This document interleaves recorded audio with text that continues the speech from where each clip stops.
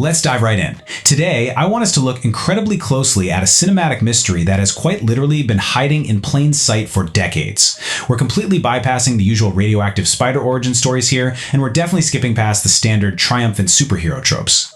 Instead, we are going to drop straight into a highly detailed, deeply dramatic character study of Peter Parker.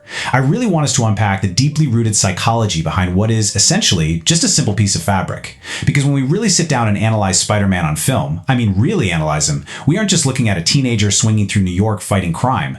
We are looking at an absolute masterclass in anxiety and raw vulnerability and the incredibly heavy, terrifying burden of consequence. It's basically about what happens when the real world violently crashes into comic book fantasy. So you have to ask yourself, why is Spider-Man so utterly terrified of being unmasked? Think about the wider cinematic universe we've all watched unfold over the years. You've got this massive pantheon of literal gods, super soldiers, and billionaires, right? And they seem to absolutely revel in the attention. They give global press conferences in these perfectly tailored suits. They sign autographs for adoring fans. They literally walk down the street as recognized global celebrities just smiling for the cameras. But then you look at Peter Parker. He treats his secret identity like his actual heartbeat depends on it. There is this sheer, visceral panic in his body language. The way he scrambles and just totally hyperventilates the very second his mask is pulled up or torn in battle. The contrast is absolutely staggering. And to truly understand it, we have to look really closely at the people standing right next to him on the battlefield. I want to linger for a minute on one specific franchise-defining moment. I am Iron Man. Picture the end of that very first film. The stark lighting of the press room, that huge sea of flashing cameras, the deliberate, dramatic pause Tony Stark takes before looking right into the lens and loudly declaring his identity to the entire world. It's an incredible moment of supreme cinematic triumph. But psychologically, wow. It is a display of absolute arrogance and total undeniable comfort. Stark has the sheer luxury of publicly shouting his identity because he knows, deep down in his bones, that he can handle absolutely whatever comes next. He actually invites the danger. He embraces the target on his back because he has built a life specifically designed to repel it.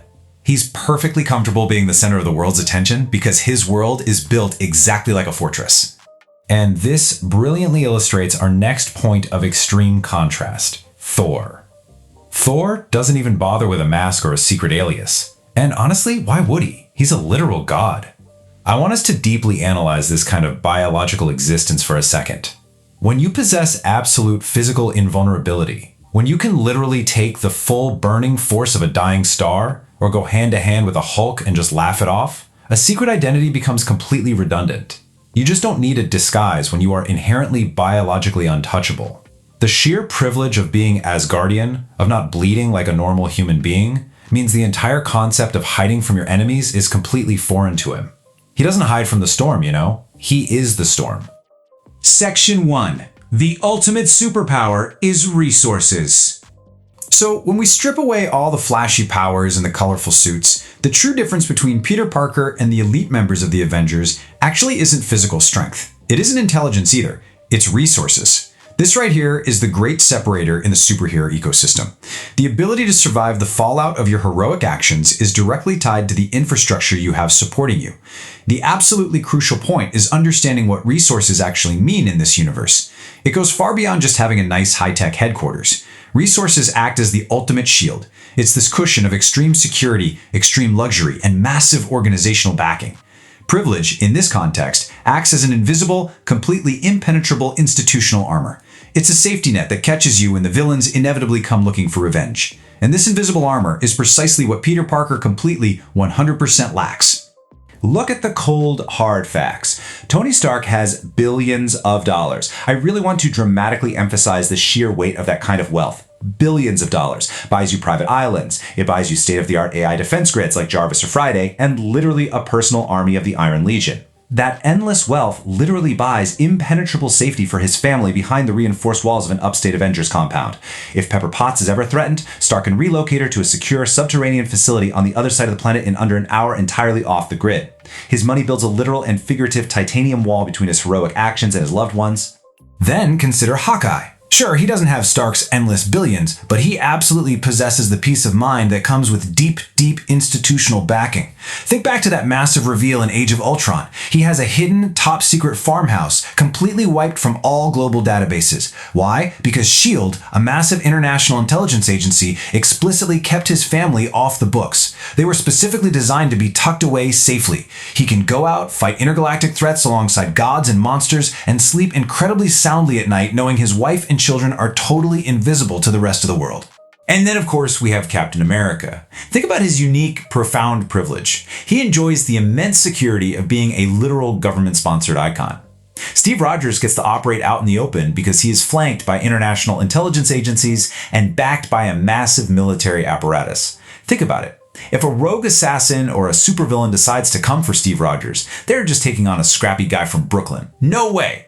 They're declaring open war on the United States military. His safety and the absolute safety of anyone adjacent to him is guaranteed by the absolute highest echelons of global defense. Section 2. The Burden of Normalcy.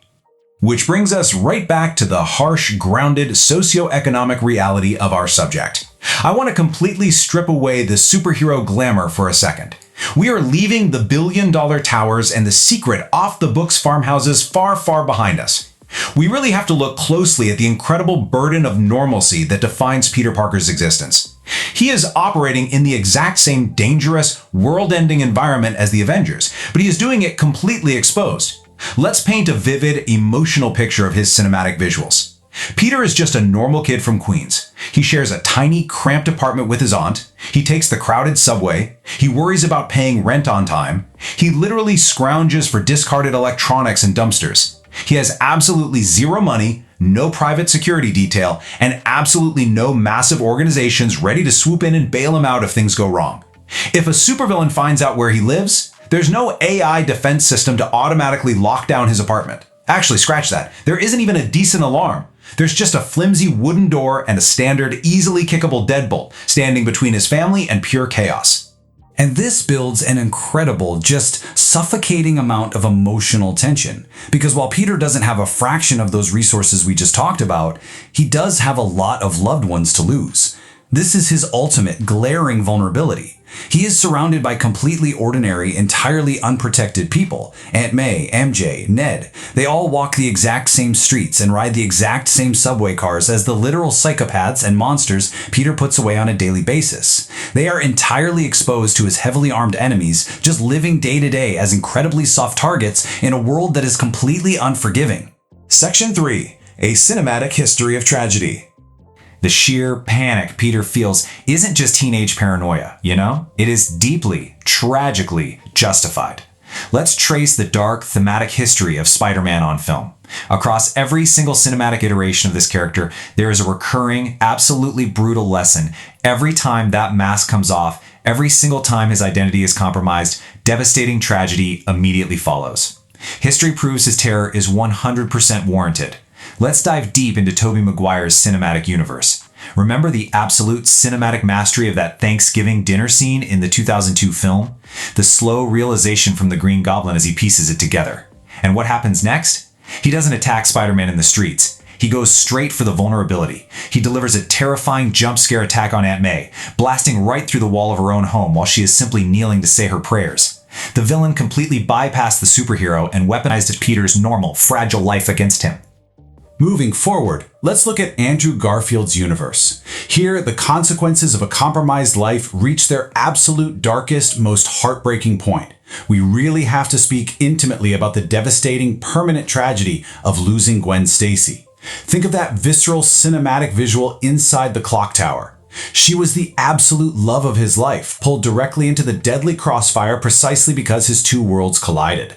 As she falls, his web reaches down like an artificial hand, desperately trying to catch her, but we hear that sickening snap. Her loss in that tower is a permanent, haunting cinematic scar.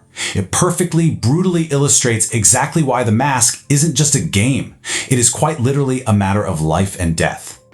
And now let's explore the extreme, almost absurd lengths to which this fear drives the character in Tom Holland's run. Let's really break down the opening act of No Way Home. When Mysterio publicly broadcasts Peter's identity, the fallout is instantaneous and it is vicious. Bricks are thrown through their apartment windows, There are intense police interrogations. His friends' college futures are entirely destroyed. His life gets turned so completely upside down that the trauma pushes him to the absolute brink. To fix the unmasking, just to reclaim a fraction of a normal life, he literally has to tamper with the fabric of the multiverse alongside Doctor Strange.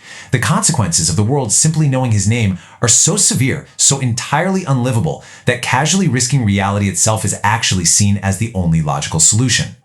Section 4. Protecting the Ordinary.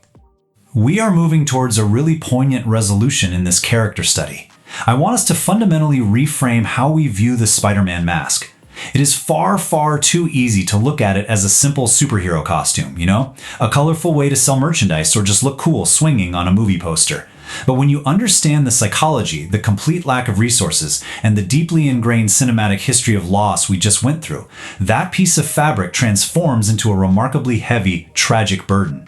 I want you to really sit with this realization. He doesn't wear it to protect himself. Let's look at his biology for a second. Peter Parker has superhuman durability. He can catch a speeding car barehanded. He can take a direct, high-speed hit from a bullet train and heal completely overnight. Personally, physically, he doesn't actually need the disguise to survive a fistfight.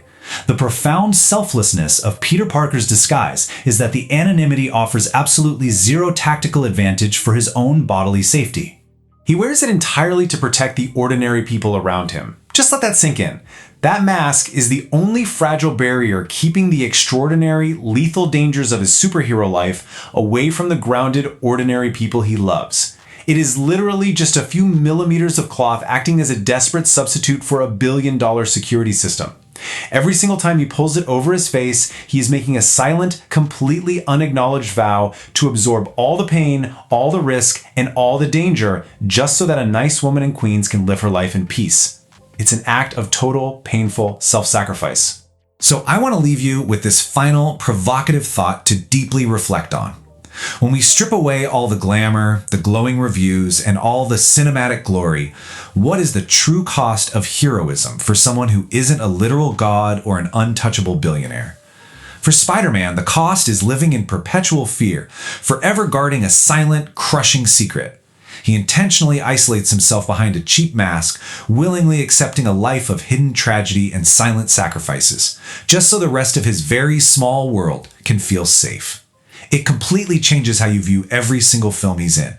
It really makes you wonder, is the greatest power he wields his physical strength or his quiet ability to carry that immense psychological weight entirely alone?